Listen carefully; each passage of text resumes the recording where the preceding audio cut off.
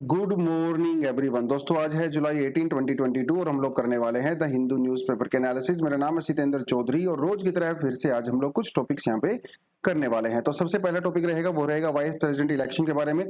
President election के बारे में थोड़ा सा बात करेंगे, लेकिन मेजर फोकस रहने वाला है वाइस प्रेसिडेंट इलेक्शन के बारे में, क्योंकि अभी एनडीए ने और पोजीशन ने अपने अपने लीडर को इलेक्ट कर मतलब चुन लिया है वो किसका नॉमिनेशन करेंगे।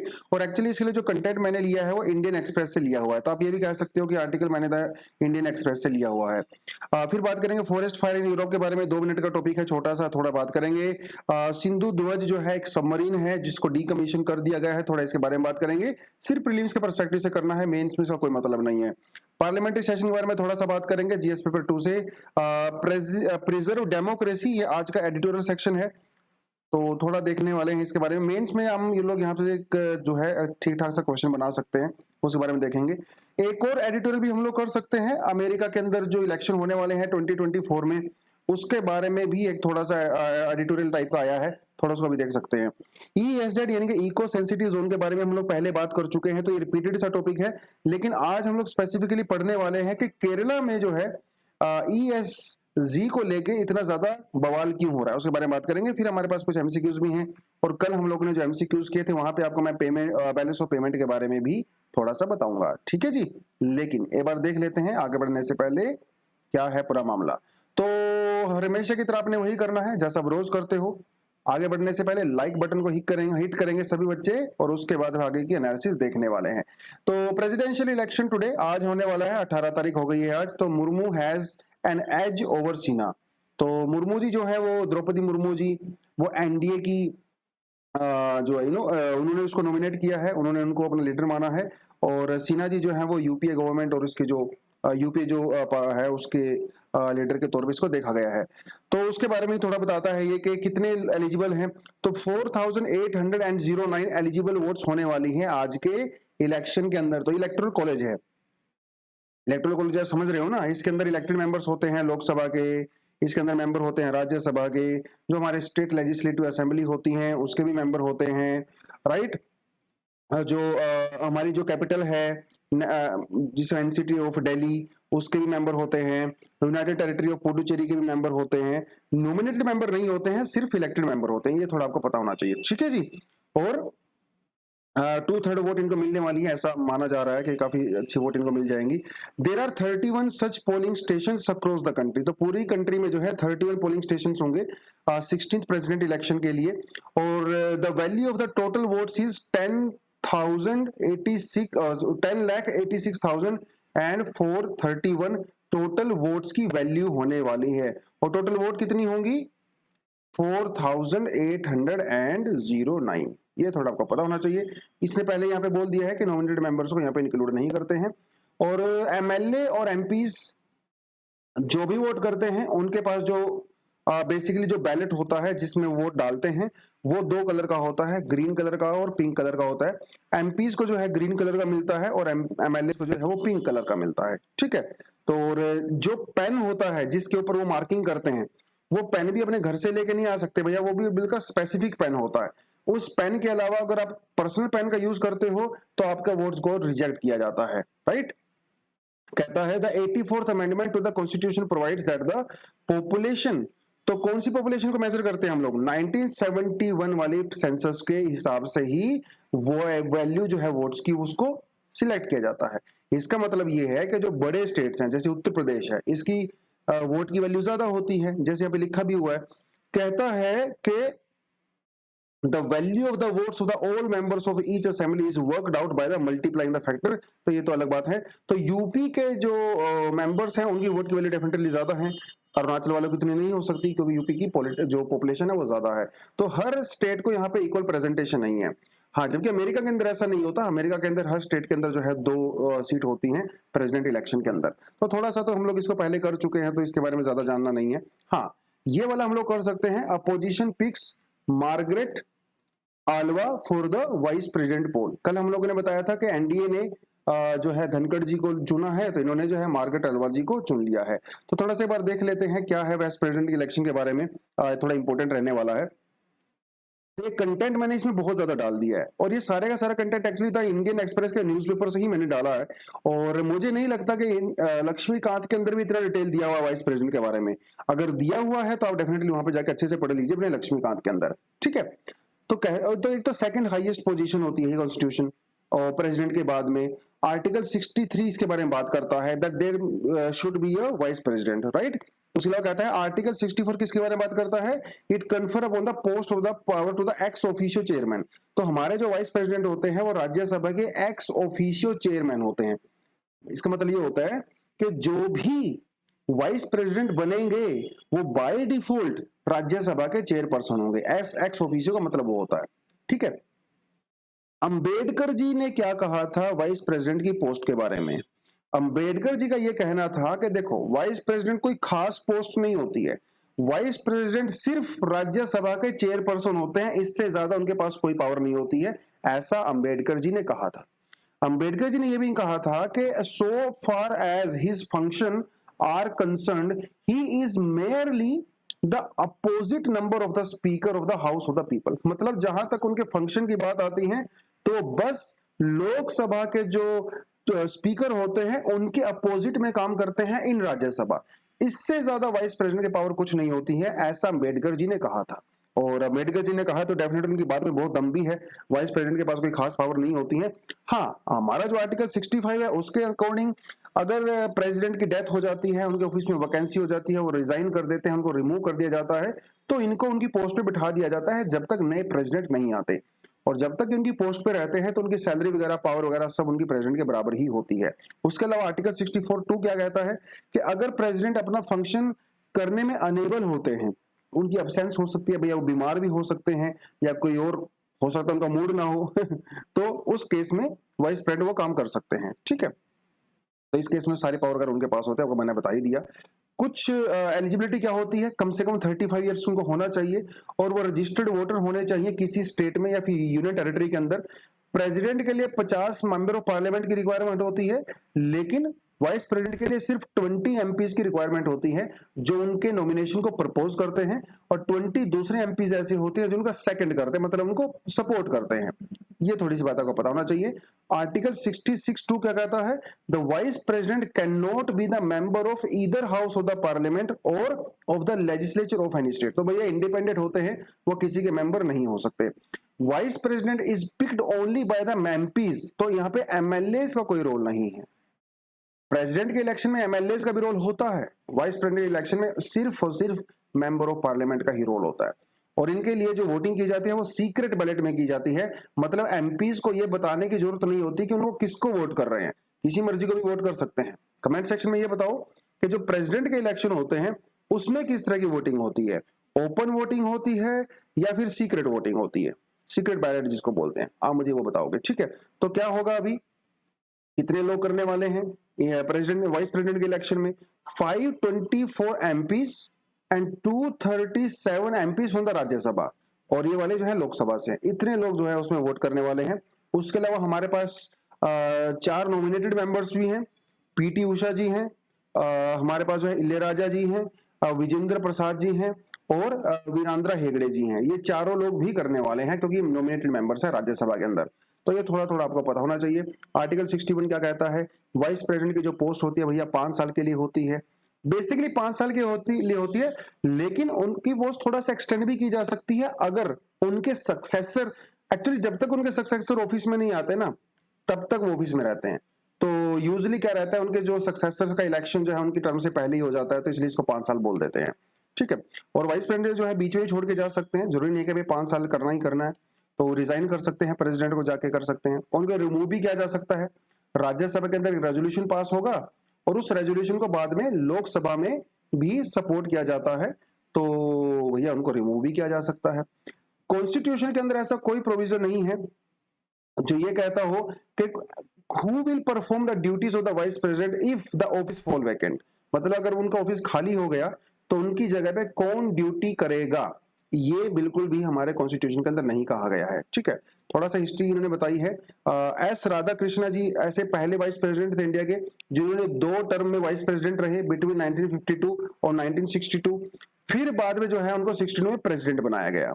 दूसरे वाइस प्रेसिडेंट भी रहे जो बाद में वाइस प्रेसिडेंट जो बाद में प्रेसिडेंट बने, जाकिर हुसैन, वीवी गिरी, वेंकट रमन जी, शंकर दयाल शर्मा जी और के आर नारायण जी, ये पहले वाइस प्रेसिडेंट थे, फिर ये प्रेसिडेंट बने। जबकि हामिद अंसारी जी हैं, वो भी 2 बार वाइस प्रेसिडेंट रहे। तो हामिद अंसारी जी और एस राधाकृष्णा जी, ये 2 लीडर ऐसे रहे हैं जो 2 बार वाइस प्रेसिडेंट बने हैं। ठीक है, बस इतना ही करने से ज्यादा कुछ नहीं, काफी डिटेल हो गई है, वैसे आपको पढ़ने में इसको मजा आएगा। ठीक है, आगे बढ़ने से पहले छोटी सी अनाउंसमेंट है जो हम लोग रोज करते हैं। हमारा फाउंडेशन कोर्स स्टार्ट हो चुका है 3 तारीख से। अगर किसी बच्चे को ज्वाइन करना है तो आप दिल खोल के पूरी भरोसे से ज्वाइन करिए। पूरी सारी जरूरतों का आपका ध्यान रखा जाता है, अच्छे से आपका सिलेबस कवर होगा, डेली क्विज होता है, वीकली क्विज होता है, हर 15 दिन में आपका सेक्शनल टेस्ट लिया जाता है, prelims test series, mains test series, faculty के साथ 1-to-1 मेंटरशिप होती है आपकी। और सारे के सारे फीचर्स आपको यहाँ पे ध्यान में इस तरह से बनाए गए हैं कि आपकी सिलेक्शन इंश्योर की जाती है। व्हाट्सएप नंबर यहाँ पे दिया हुआ है, इसे मैसेज करके आप सारी डिटेल ले सकते हो। ये फॉर्म का लिंक आपको नीचे डिस्क्रिप्शन बॉक्स में मिल जाएगा, उस पर क्लिक करके भी आप सारी इंफॉर्मेशन ले सकते हो। तो वेट नहीं करना है, ऑलरेडी बहुत लेट हो चुका है, जल्दी से जल्दी इस चीज को कर सकते हैं। ठीक है, आज कुछ खास हुआ था। आज के दिन क्या हुआ था? आज के दिन एक्चुअली इंडिया का जो इंडिया इंडिपेंडेंस एक्ट था 18 जुलाई 1947 को, उसको एसेंट मिल गया था, वो फोर्स में आ गया था। तो ये जो कहाँ पास हुआ था? ब्रिटेन के जो है असेंबली में पास हुआ था। ठीक है, तो उन्होंने इसको पास किया था और फिर बाद में जो है उसके अकॉर्डिंग जो 3 जून प्लान जिसको बोलते हैं, इसे माउंटबेटन प्लान भी बोलते हैं, इसके तहत फिर बाद में इंडिया को और पाकिस्तान 2 डोमिनियन बन गए थे, इंडिया और पाकिस्तान। पाकिस्तान जो है 14 अगस्त को, इंडिया जो है 15 अगस्त को। इस तरह से हमारा सोवरेन कंट्री आया। लॉर्ड माउंटबेटन को रिक्वेस्ट किया गया कि वो हमारे गवर्नर जनरल कंटिन्यू करें। तो पहले गवर्नर जनरल इंडिया के जो है आफ्टर इंडिपेंडेंस लॉर्ड माउंटबेटन ही थे। पंडित नेहरू जी जो हमारे फर्स्ट प्राइम मिनिस्टर बने, लेकिन पाकिस्तान में ऐसा नहीं हुआ। मोहम्मद अली जिन्ना जो है पहले गवर्नर जनरल बने और लियाकत अली खान पहले प्राइम मिनिस्टर बने पाकिस्तान के अंदर। ठीक है, तो अगर हम देखें तो जब इंडिया आजाद हुआ तो हमारे यहाँ पे ब्रिटिश इंडिया और प्रिंसली स्टेट्स 2 चीजें यहाँ पे काम करती हैं। तो जो पिंक कलर में आपको नजर आ रहा है, ये सारे के सारे जो है ब्रिटिश टेरिटरीज हैं, ब्रिटिश इंडिया की बात करते हैं। येलो कलर में आपको जो नजर आ रहा है, ये सारे के सारे प्रिंसली स्टेट्स हैं। तो इंडिया में छोटी बड़ी मिला के 550 से ज्यादा प्रिंसली स्टेट्स हुआ करती थी, जिनमें से सबसे बड़ी जो है हैदराबाद तो थी ही, खैर बहुत बड़ी, मैसूर भी थी काफी बड़ी, जम्मू एंड कश्मीर, है ना, वो सारी सारी चीजें। आया मजा आपको पढ़ने में? अगर मजा आया है इसको तो लाइक जरूर करें, फिर आगे बढ़ेंगे। तो सेकंड जो टॉपिक है, देखिए छोटा सा टॉपिक है, कहता है कि forest fire rage in the south west Europe. तो भैया साउथ वेस्ट यूरोप के अंदर भैया लगी हुई है आग, लिटरली आग लगी हुई है। लोग ऐसे बोल देते ना, अरे आज तो बहुत गर्मी है, आज तो एकदम आग लग गई है। भैया वहां पे एक्चुअली में जंगल जल रहे हैं, हजारों हजारों की संख्या में लोग डिस्प्लेस हो गए हैं। तो स्पेन में, फ्रांस में, पोर्तुगल में, ग्रीस में भैया हजारों एकड़ जमीन जल गई है, क्योंकि वहां पे चल रही है भयंकर हीट वेव। जैसे हमारे यहाँ पे मार्च में चली थी ना हीट वेव, देखिए हमारे तो जो बायोडाइवर्सिटी है, हमारी जो वेजिटेशन है, उसको इतनी ज्यादा हाई टेम्परेचर की आदत है, क्योंकि हम तो ट्रॉपिकल कंट्री हैं। लेकिन ये ग्रीस, स्पेन वगैरह ट्रॉपिकल कंट्री थोड़ी ना है ना, वो तो सब ट्रॉपिकल और टेम्परेट कंट्रीज में आती हैं। तो वहां की वेजिटेशन को इतने टेम्परेचर की आदत नहीं है। तो जैसे ही टेम्परेचर वहां पे 40-45 डिग्री या इससे थोड़ा ज्यादा होता है, तो तुरंत वहां पे आग लग जाती है। तो ये जो है वहां पे चल रहा है, सेकंड हीट वेव है बेसिकली वहां पे। और टेम्परेचर जो है 45 प्लस।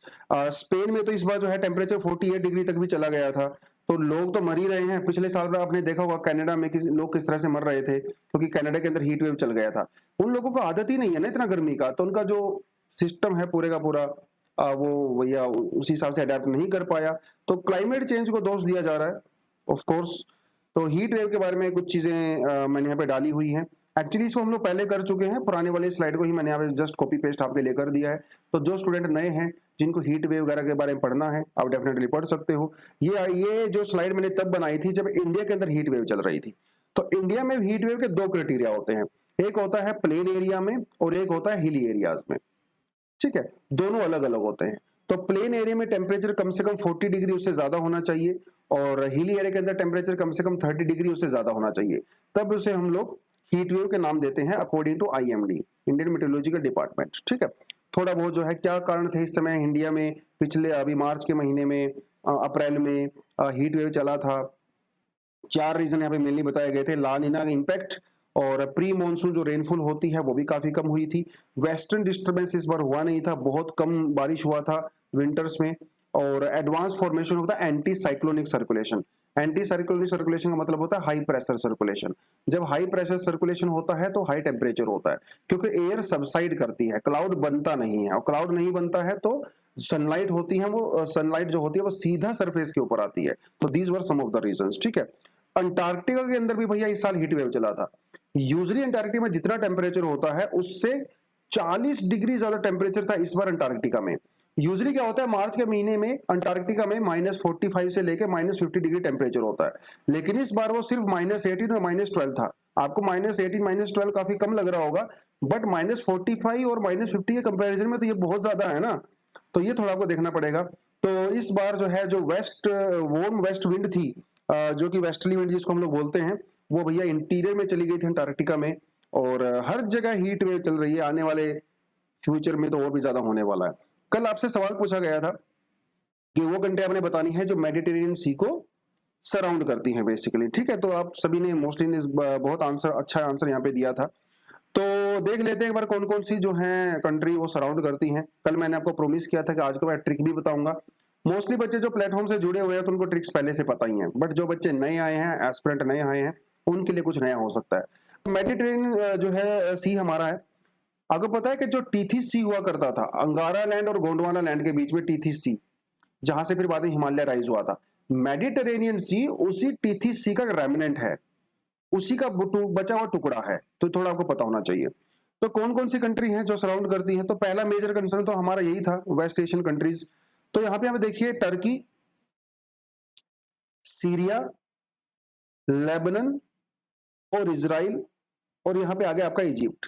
तो ये जो ऑप्शन हम लोगों ने आपको दिए हुए थे, तो ये कंट्री जो है इसको सराउंड करती है। और साइप्रस तो एक आइलैंड कंट्री ही है, ठीक है। तो इसको जो है हम लोग किस तरह से बना सकते हैं, सी लिस्ट जो है ये एक हमारा ट्रिक हो सकता है।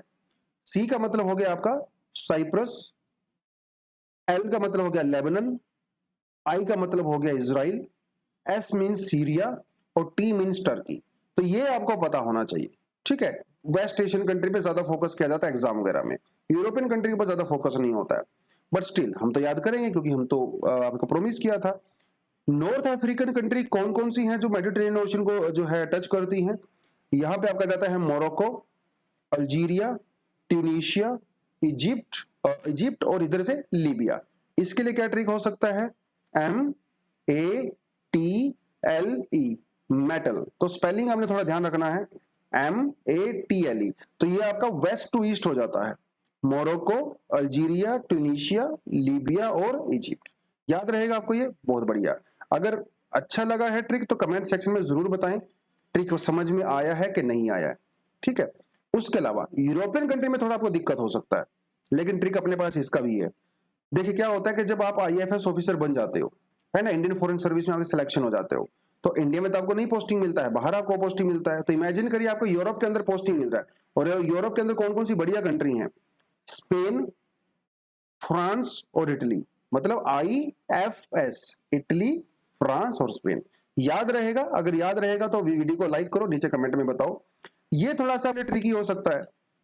देखिए हमें पहले से ही पता है कि टर्की तो है ही है, और आपको ये भी पता है पहले से कि टर्की का और ग्रीस का भैया पंगा चलता है आपस में, साइप्रस को लेके और यहाँ पे जो जगह है उसको लेके। तो टर्की के साथ ग्रीस तो आप इस तरह से जोड़ के देख सकते हो।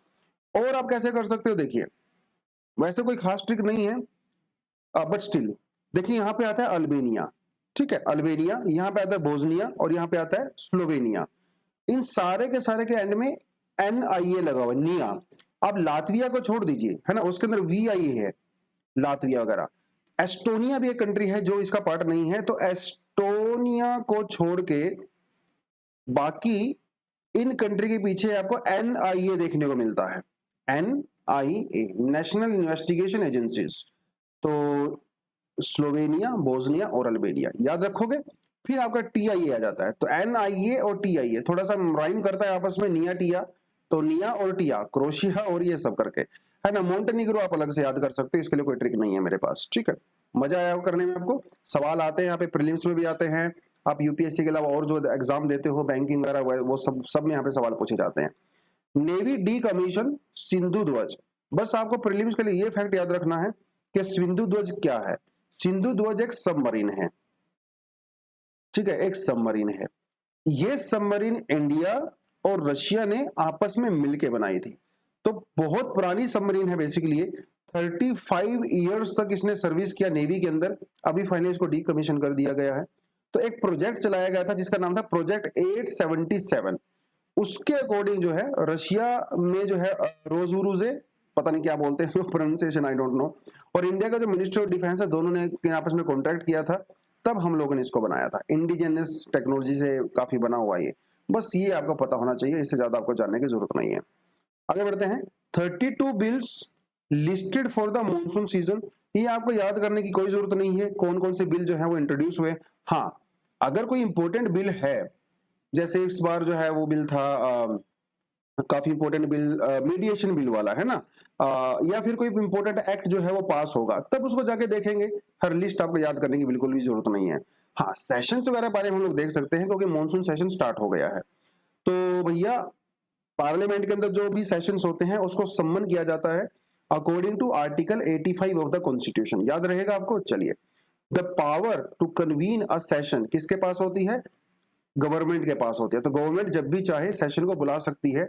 हमारे कॉन्स्टिट्यूशन के अंदर ऐसे कोई डेट फिक्स नहीं है कि किस दिन सेशन बुलाया जाएगा, जब उनको लगता है वो बुला सकते हैं। तो सम्मन किसके बिहाफ पे बुलाया जाता है? प्रेसिडेंट के बिहाफ पे बुलाया जाता है। आपको पता है ना, गवर्नमेंट के सारे डिसीजन जो है वो प्रेसिडेंट के बिहाफ पे ही लिए जाते हैं। तो सिग्नेचर तो प्रेसिडेंट के होते हैं, डिसीजन गवर्नमेंट का होता है। ठीक है, कौन डिसीजन लेता है? Cabinet committee on the parliamentary affairs. ठीक है, बस ये थोड़ा आपको पता होना चाहिए। India does not have a fixed parliamentary calendar, है ना, बताया ना आपको, कोई फिक्स नहीं होता है।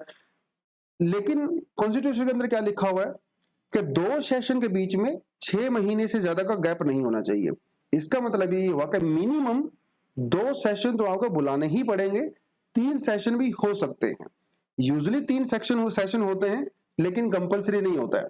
2 सेशन कंपलसरी होते हैं। तो हमारे यहाँ पे 3 सेशन होते हैं: बजट सेशन, मॉनसून सेशन और विंटर सेशन। इनमें सबसे छोटा सेशन कौन सा होता है वो आप मुझे कमेंट सेक्शन में बताओगे। सबसे जो बड़ा सेशन होता है वो आपका मॉनसून सेशन होता है। तो मॉनसून सेशन जो है मतलब सबसे बड़ा सेशन बजट सेशन होता है। मॉनसून और विंटर में से सबसे छोटा कौन सा होता है आप मुझे कमेंट सेक्शन में नीचे जाके बताओगे। ठीक है, तो ये थोड़ा सा मैंने आपके लिए एक्स्ट्रा कंटेंट यहाँ पे डाल दिया था। कल आपसे क्वेश्चन पूछा गया था, with reference to the balance of payment which of the following constitute current account. आपको मैं पहले ही बता चुका हूं कि हमारे पास 2 अकाउंट होते हैं, करंट अकाउंट होता है, हमारे पास कैपिटल अकाउंट होता है। ठीक है, कैपिटल अकाउंट हमारे सेविंग अकाउंट के जैसा होता है जो कि लॉन्ग टर्म होता है। करंट अकाउंट जो कंपनियां वगैरह ओपन करवाती हैं बैंकों वगैरह में, तो शॉर्ट टर्म के लिए होता है। शॉर्ट टर्म मतलब डेली बेसिस, वीकली बेसिस पे। तो वीकली बेसिस पे, डेली बेसिस पे क्या होता है? ट्रेड होता है ना। तो बैलेंस ऑफ ट्रेड, इंपोर्ट और एक्सपोर्ट। ठीक है, दूसरा होता है बैलेंस ऑफ इनविजिबल्स। इनविजिबल का मतलब क्या होता है? सर्विसेज, क्योंकि you can not see services but you can see trade. तो आप कुछ भी, आपने जो है कोई मशीन बाहर भेजा, रेडियो भेजा, मोबाइल भेजा, तो वो ट्रेड होती है। आपने कोई सॉफ्टवेयर भेजा या कोई सर्विस आपने लिया, बैंकिंग सर्विस वगैरह, वो सब वो इनविजिबल्स होते हैं। तो बैलेंस ऑफ, जब हम लोग बैलेंस ऑफ पेमेंट की बात करते हैं, इसके 2 पार्ट होते हैं, करंट अकाउंट और कैपिटल अकाउंट। कैपिटल अकाउंट हमारा अभी कंसर्न नहीं है। करंट अकाउंट के अंदर जो है 3 चीजें आती हैं: trade off goods, trade off services and transfer payment. ये दोनों, लास्ट वाली जो दोनों होती है इसका इनविजिबल कहते हैं। इनविजिबल क्योंकि ये सर्विस का पार्ट ही होती है लगभग लगभग। ठीक है, ऊपर वाले को विजिबल कहते हैं क्योंकि इसके अंदर जो है गुड्स जो है वो इंपोर्ट एक्सपोर्ट होते हैं, और नीचे दोनों वाली में सर्विसेज वगैरह। ट्रांसफर पेमेंट समझ रहे हो ना आप? जैसे हम लोग रेमिटेंस की बात करते हैं, है ना, रेमिटेंस वगैरह की बात करते हैं, कोई गिफ्ट हो गया, डोनेशन हो गया, रेमिटेंस हो गया, उसे ट्रांसफर पेमेंट कहते हैं। ट्रेड इन सर्विसेज तो आपको पता ही है, होटल सर्विस, बैंकिंग सर्विसेज, वो सब, मेडिकल सर्विसेज, वो सब रहती हैं। नेक्स्ट टॉपिक चलते हैं। Why is Kerala protesting Supreme Court ESZ notification? ESZ का मतलब ये है कि इको सेंसिटिव नोटिफिकेशन। तो केरला के अंदर खूब सारा हंगामा हो रहा है इस समय, प्रोटेस्ट वहां पे चल रहे हैं। इससे पहले भी वेस्टर्न घाट को लेके हम लोगों ने कमेटी बनाया था जिसे गदगिल कमेटी कहते हैं। उस समय पे भी जो है बहुत सारे यहाँ पे प्रोटेस्ट वगैरह हुए थे। तो बात घुमा फिरा के ये है कि सुप्रीम कोर्ट ने अभी 3 जून को ये कंपलसरी कर दिया है कि जो भी प्रोटेक्टेड एरियाज हैं उनकी जितनी भी बाउंड्री है उस बाउंड्री के चारों तरफ जो है 1 किलोमीटर का एरिया कंपलसरी होगा, मैंडेटरी होगा eco sensitive zone. Eco sensitive zone basically एक शॉक एब्जॉर्बर की तरह होता है, बफर एरिया आप कह सकते हो, ट्रांजिशन एरिया कह सकते हो। लेकिन बात ये नहीं है, बात यह है कि केरला के अंदर इतना ज्यादा हंगामा क्यों हो रहा है। देखिए, केरला के जो 30% एरिया है वो तो फॉरेस्ट एरिया है, उसके अलावा केरला में बहुत सारी लेक्स भी हैं, वेस्टर्न घाट भी वहां पे आता है। तो इसी की वजह से केरला, और केरला की पॉपुलेशन बहुत ज्यादा है, तो केरला की जो पॉपुलेशन डेंसिटी है वो 900 पर्सन पर स्क्वायर किलोमीटर है, जो कि हमारी एवरेज नेशनल एवरेज से बहुत ज्यादा है। तो केरला में पॉपुलेशन हाई डेंसिटी होने की वजह से जितने भी प्रोटेक्टेड एरिया, नेशनल पार्क्स वगैरह हैं, इनके बिल्कुल आसपास जो है लाखों की संख्या में लोग रहते हैं। तो गांव बहुत सारे डेंस हैं, वहां पे सिटीज भी हैं, बहुत सारे प्रोजेक्ट भी चलाए जाते हैं। तो अगर हम लोग इसको इको सेंसिटिव जोन डिक्लेयर कर देंगे तो बहुत सारे लोगों को यहां से डिस्प्लेस करना पड़ेगा। इसकी वजह से वहां पे हो रहे हैं प्रोटेस्ट, और कोई रीजन नहीं है, मेनली रीजन यही है। ठीक है, तो इसलिए किया जा रहा है। तो इको सेंसिटिव जोन अगर करेंगे, डिक्लेयर करेंगे, मान लो, तो अभी तो हुआ नहीं है ऐसा, तो सेंट्रल गवर्नमेंट को रिक्वेस्ट किया केरला गवर्नमेंट ने कि सर आप हमें एग्जाम्पशंस वगैरह दे दीजिए, सुप्रीम कोर्ट के अंदर भी फाइल उन्होंने डाली है। बट अगर इसको इंप्लीमेंट किया जाता है तो 1.5 लाख फैमिलीज वो डिस्प्लेस हो सकती हैं, जो कि जंगलों के बिल्कुल आसपास रहती हैं, 1 किलोमीटर एरिया के अंदर रहती हैं। ठीक है, बस ये थोड़ा आपको पता होना चाहिए। इको सेंसिटिव जोन क्या होता है वो हम लोग पहले अच्छे से बारे में बात कर चुके हैं। इको सेंसिटिव जोन को जो नोटिफाई करने की पावर होती है वो ministry of environment and forest and climate change के पास होती है। हालांकि हमारा जो वाइल्ड लाइफ कंजर्वेशन स्ट्रेटेजी है वो कहता है कि इको सेंसिटिव जोन 10 किलोमीटर का भी हो सकता है। ठीक है, जो जो बड़े नेशनल पार्क हैं जहां पे पॉपुलेशन कम है वहां पे 10 किलोमीटर का भी हो सकता है। तो इट्स लाइक अ शो, वो आपको मैंने बता ही दिया। ठीक है, कौन कौन सी एक्टिविटी परमिटेड होती है इको सेंसिटिव जोन के अंदर? तो एग्रीकल्चर एक्टिविटी आप कर सकते हो, हॉर्टिकल्चर प्रैक्टिसेस कर सकते हो, रेन स्टॉर्मिंग हार्वेस्टिंग कर सकते हो, ग्रीन टेक्नोलॉजी का यूज करके आप कुछ एक्टिविटी कर सकते हो। लेकिन आप वहां पे जो है कमर्शियल माइनिंग नहीं कर सकते। आप कोई भी ऐसी इंडस्ट्री नहीं लगाओगे जो कि पोल्यूशन पैदा करती है। आप वहां पे जो मेजर हाइड्रो इलेक्ट्रिक प्रोजेक्ट है वो नहीं लगा सकते। टूरिज्म एक्टिविटी भी कुछ परमिटेड होती हैं, कुछ परमिटेड नहीं होती हैं। जैसे हॉट बलून वगैरह वो परमिटेड वहां पे नहीं है ना। सॉलिड वेस्ट मैनेजमेंट की प्रोडक्शन आप वहां पे नहीं कर सकते। तो these are some of the activities which are permitted, which are prohibited. आपको थोड़ा पता होना चाहिए। आज इसलिए आपके लिए जो है मैं यहीं से 2 एमसीक्यूज लेके आया हूं। वीडियो को आपने पॉज करना है, कमेंट सेक्शन में कमेंट करना है, और सभी बच्चे जितने भी एनालिसिस देखते हैं अपनी थोड़ी अटेंडेंस दिया करो यार। मुझे पता होना चाहिए कितने एस्पिरेंट हैं जो वहां पे एनालिसिस देखते हैं। तो अगर आपको क्वेश्चन का आंसर आता है तो क्वेश्चन का आंसर करके कमेंट करते तो उससे पता चल जाता है। क्वेश्चन का आंसर नहीं आता तो कम से कम ग्रीट कर सकते हो, गुड मॉर्निंग, गुड इवनिंग, हाय, हेलो, जो भी आपको करना है। मुझे पता होना चाहिए कि आप एनालिसिस देखते हो। ठीक है, तो out of the biosphere reserve India में कुछ जो है यूनेस्को के द्वारा रिकॉग्नाइज किए गए हैं। इनमें से कौन सा जो है रिकॉग्नाइज किया गया आपको बताना है कमेंट सेक्शन में। 2008 में यूपीएससी का क्वेश्चन है, ये तो मैंने सीधा एग्जाम से इसको उठा लिया है। ये भी जो है 2010 में यूपीएससी का क्वेश्चन पूछा गया था। Consider the following statement, the boundaries of the national park are defined by the legislation, biosphere reserve is declared to conserve a few specific species of flora and fauna in wildlife sanctuaries, limited biotic interaction interference is permitted. तो आपको बताना है कि भैया right answer कौन सा है। तो आपके कमेंट का मैं वेट करूंगा। आगे बढ़ते हैं। एक आर्टिकल वैसे और भी था हमारे पास, अगर करना चाहो तो आप उसको भी कर सकते हो, ये वाला। ठीक है, कोई खास इंपोर्टेंट वैसे है नहीं। The lustre presidential race in the making. तो भैया पहले तो मिस्टर ट्रंप थे, फिर आगे mister Biden. Mister Biden belong करते हैं डेमोक्रेटिक पार्टी से, मिस्टर ट्रंप बिलोंग करते हैं रिपब्लिकन पार्टी से। अब्राहम लिंकन भी जो है रिपब्लिकन पार्टी से ही थे, जिन्होंने वहां पे स्लेवरी को खत्म किया था। ठीक है, एक तो आपको मैंने बस वैसे थोड़ा फैक्ट था, इंटरेस्टिंग था, आपको बता दिया। तो बात यह है कि मिस्टर बाइडेन बड़े जोशो खरोश के साथ आए थे भैया इलेक्शन लड़ने के बाद। बहुत पॉपुलैरिटी थी इनकी, और जिस तरह से ट्रंप के आसपास जो माहौल बन रहा था आपको सबको पता ही है। लेकिन अभी जो है बाइडेन बहुत अच्छे प्रेसिडेंट साबित नहीं हुए हैं। ये मैं नहीं कह रहा हूं, ये अमेरिका में वोटिंग कह रही है। तो 94% डेमोक्रेट्स जो 30 ईयर से नीचे हैं वो कहते हैं कि भैया बाइडेन हमें पसंद नहीं है। उन्हीं की पार्टी के लोग कह रहे हैं कि उनको पसंद नहीं है। 26% लोग ऐसे हैं जो सर्वे वगैरह कराया गया तो जो कहते हैं कि नहीं नहीं, इनको बिल्कुल भी प्रेसिडेंट नहीं होना चाहिए। तो जो लोग कहते हैं कि प्रेसिडेंट नहीं होना चाहिए, उनमें से कुछ लोग ये कह रहे हैं कि इनकी एज बहुत ज्यादा हो गई है, 80 साल के लगभग हो गए हैं, और कुछ लोग कह रहे हैं कि इनकी जो परफॉर्मेंस काफी खराब है। इवन डेमोक्रेटिक पार्टीज के अंदर भी लोग इनको बहुत ज्यादा सपोर्ट नहीं कर रहे हैं। हालांकि ऐसा होता है कि अगर किसी पार्टी से कोई प्रेसिडेंट है और अगर वो अपने री इलेक्शन के लिए लड़ता है, मतलब सेकंड टर्म के लिए अंदर, तो उसकी पार्टी में से कोई भी उसको अपोज नहीं करता है। ये वहां पे एक रूल होता है थोड़ा सा।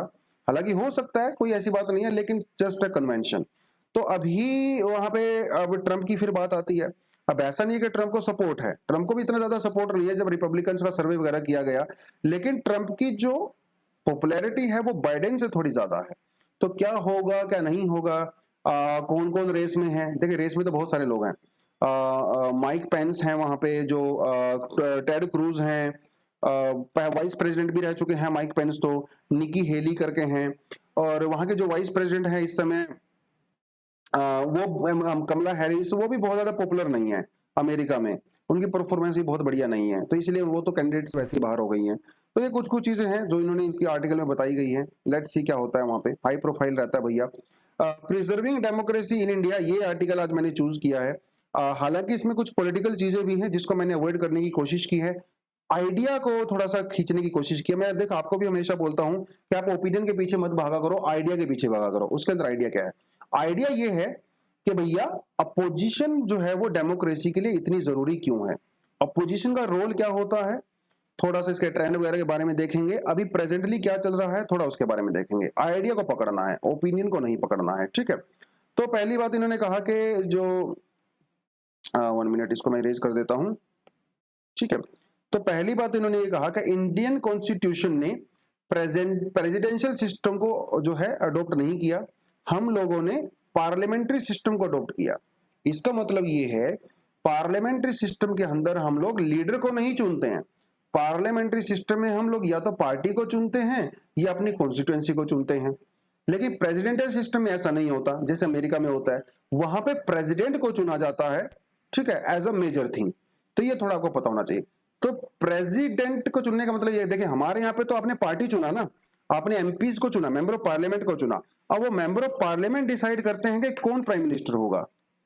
वो किसी को हटा के जो है दूसरे को भी लगा सकते हैं वहां पे। लेकिन प्रेसिडेंशियल इलेक्शन में ऐसा नहीं होता है। वहां पे ऐसा नहीं होगा कि अच्छा चलो डेमोक्रेट क्या करेंगे, बाइडेन को हटा के किसी और को लगा देंगे, वहां पे ये नहीं होता है। प्रेसिडेंट को अगर चुन लिया 4 साल के लिए तो फिक्स हो जाता है। पार्लियामेंट्री डेमोक्रेसी में ऐसा नहीं होता है, जिसके पास मेजोरिटी होती है वो उसको भी चुन सकते हैं, ठीक है। तो इसलिए हम लोगों ने इसको अडॉप्ट किया था। और क्यों किया था ऐसा, अंबेडकर जी ने भी बहुत सारे आर्गुमेंट दिए थे इसका चुनने का। देखिए हमारे पास दो चीजें होती हैं, एक तो होता है स्टेबल एग्जीक्यूटिव, एक होता है रिस्पॉन्सिबल एग्जीक्यूटिव। जैसे अमेरिका की हम लोगों ने बात किया, तो वहां पे 4 साल से पहले आप प्रेसिडेंट को नहीं हटा सकते, सिर्फ इंपीचमेंट के थ्रू ही हटा सकते हो, और कोई तरीका नहीं होता है। तो वहां की जो पॉलिटिक्स है, जो एग्जीक्यूटिव है, वो स्टेबल होता है। इंडिया में एग्जीक्यूटिव स्टेबल नहीं होता है, बट रिस्पॉन्सिबल होता है। स्टेबल मतलब कभी भी हटा सकते हैं, जो जो पार्टी मेजोरिटी एंजॉय नहीं करती आप उसको हटा दीजिए, बट रिस्पॉन्सिबल होते हैं। तो हमारे यहाँ पे जो एग्जीक्यूटिव होते हैं, they are responsible to the president and they are responsible to the legislature and the parliament as well. तो इंडिया ने क्या किया, हम लोगों ने स्टेबिलिटी की बजाय रिस्पॉन्सिबिलिटी के ऊपर ज्यादा फोकस किया, इसीलिए हम लोगों ने पार्लियामेंट्री चूज किया। और रिस्पॉन्सिबल कैसे होते हैं भैया? रिस्पॉन्सिबल डेली बेसिस पे भी होते हैं, और रिस्पॉन्सिबल जो है पीरियोडिक बेसिस पे भी होते हैं। डेली बेसिस मतलब पार्लियामेंट, ठीक है, वो हमारे यहाँ पे क्वेश्चन आवर्स होते हैं, रेजोल्यूशंस होते हैं, नो कॉन्फिडेंस मोशन होते हैं, एडजर्नमेंट मोशंस होते हैं। इन सारी चीजों के तहत सरकार यानी कि एग्जीक्यूटिव के ऊपर हमारी पार्लियामेंट जो है उनके ऊपर कंट्रोल रखती है, रेगुलेट करती है। पीरियोडिक मतलब हर 5 साल के बाद, हर 5 साल के बाद इलेक्शन होगा, तो जो एंजॉय करेगी मेजोरिटी उसको लेके चुन लिया जाएगा। तो ये बेसिकली कुछ कुछ चीजें हम लोगों को पता होना चाहिए। Parliamentary democracy does not envisage a condition where one party government becomes permanent। तो पार्लियामेंट्री डेमोक्रेसी का मतलब ही ये है कि मल्टी पार्टी सिस्टम, ठीक है, जो पार्टी मेजोरिटी एंजॉय करती है वो तो सरकार बनाएगी। तो इसलिए यहाँ पे अपोजिशन का बहुत इंपॉर्टेंट रोल हो जाता है। अगर किसी कंट्री में अपोजिशन नहीं है तो इसका मतलब वहां पे तो डेमोक्रेसी का मतलब क्या है भाई, है ना? अपोजिशन नहीं है तो डेमोक्रेसी का मतलब ही नहीं है। जितनी ज्यादा स्ट्रॉन्ग अपोजिशन होती है उतनी ही वाइब्रेंट डेमोक्रेसी होती है, और डेमोक्रेसी के सर्वाइवल के लिए भी बहुत ज्यादा जरूरी होती है। लेकिन आजकल ट्रेंड थोड़ा सा चेंज हो रहा है। अपोजिशन को तोड़ के जो है वो पार्टी के अंदर जोड़ दिया जाता है, एंटी डिफेक्शन लॉ वगैरह वो सब आपको दिख रहा है। कर्नाटक में क्या हुआ, उत्तराखंड में क्या हुआ, गोवा में क्या हुआ, अभी महाराष्ट्र में क्या हुआ। तो ऑपोजिशन को बेसिकली, हालांकि देखो ये बहुत आइडियोलॉजिकल चीजें हो जाती हैं, प्रैक्टिकल चीजें ये नहीं होती हैं ग्राउंड के ऊपर।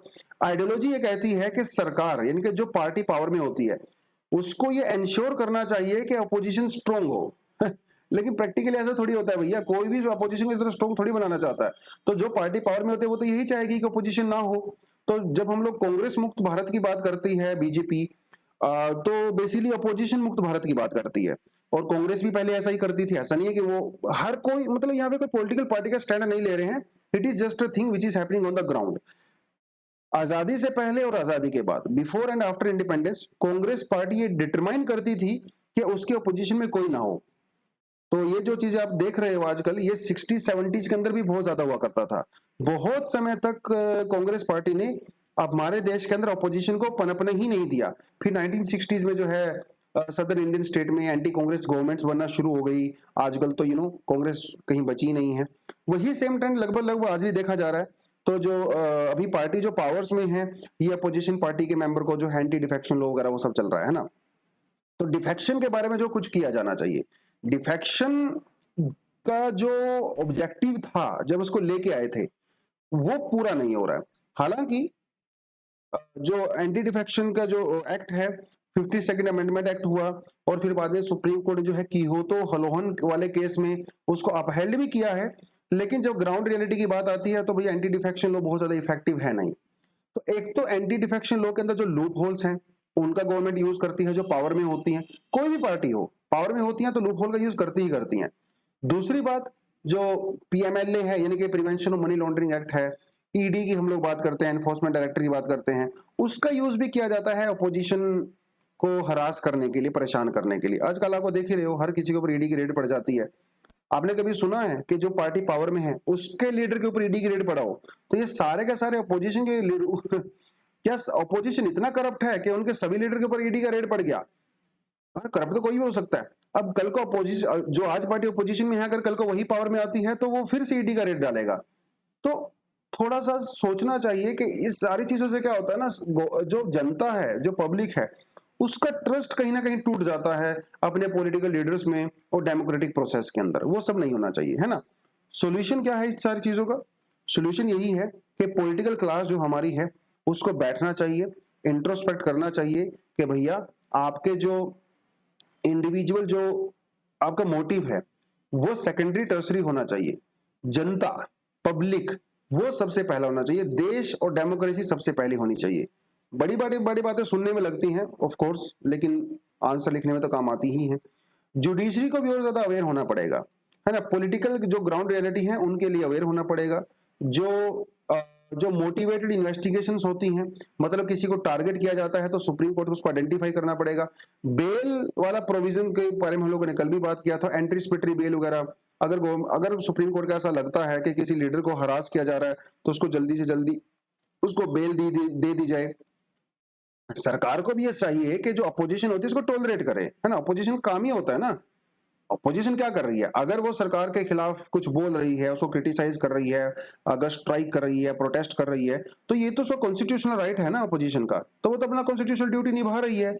सरकार को भी टॉलरेट होना चाहिए इस चीज को लेके, है ना। ये हर चीज के लिए काम आता है। तो it is for the opposition to make itself credible and the strong.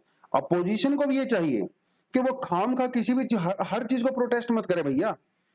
सरकार हर चीज तो गलत नहीं कर सकती ना। तो अपोजिशन को भी जो है थोड़ा सा क्रेडिबल होना पड़ेगा, थोड़ा स्ट्रॉन्ग होना पड़ेगा। वो खाली ट्वीट करके काम नहीं चलेगा। तो अपोजिशन स्ट्रॉन्ग रहेगी तो डेमोक्रेसी तभी स्ट्रॉन्ग रहेगी। Unless it make itself respectable, it can not demand any respect, है ना। तो अपोजिशन को भी कुछ ऐसा करना पड़ेगा जिससे वो रिस्पेक्ट अर्न करे, तो रिस्पेक्ट डिजर्व करे। तो ये सारी चीजें हैं। अपोजिशन को जो है कंस्ट्रक्टिव होना पड़ेगा, और देश, डेमोक्रेसी, लोगों का वेलफेयर, इसको प्रायोरिटी पे रखिए। आपके जो पॉलिटिकल गेन्स हैं आप उसको टर्शरी रख सकते हो, सेकेंडरी रख सकते हो। तो यही थे दोस्तों आज के आर्टिकल। आई होप आपको मजा आया होगा। मजा आया है तो वीडियो को लाइक करे बिना कोई बच्चा नहीं जाएगा, ठीक है। कमेंट सेक्शन में अपनी अटेंडेंस जरूर दें, पता चलना चाहिए कि मुझे कौन से बच्चे हमारे एनालिसिस देखते हैं। यहां से जो है कि हम लोग क्वेश्चन भी बस बना सकते हैं, like discuss the significance of opposition in parliamentary democracy. Parliamentary democracy. With some examples, discuss that how role of opposition is undermined in recent times. ठीक है, एक क्वेश्चन आपको देके जा रहा हूं, 150 वर्ड्स में लिखना है और 10 मार्क्स में लिखना है।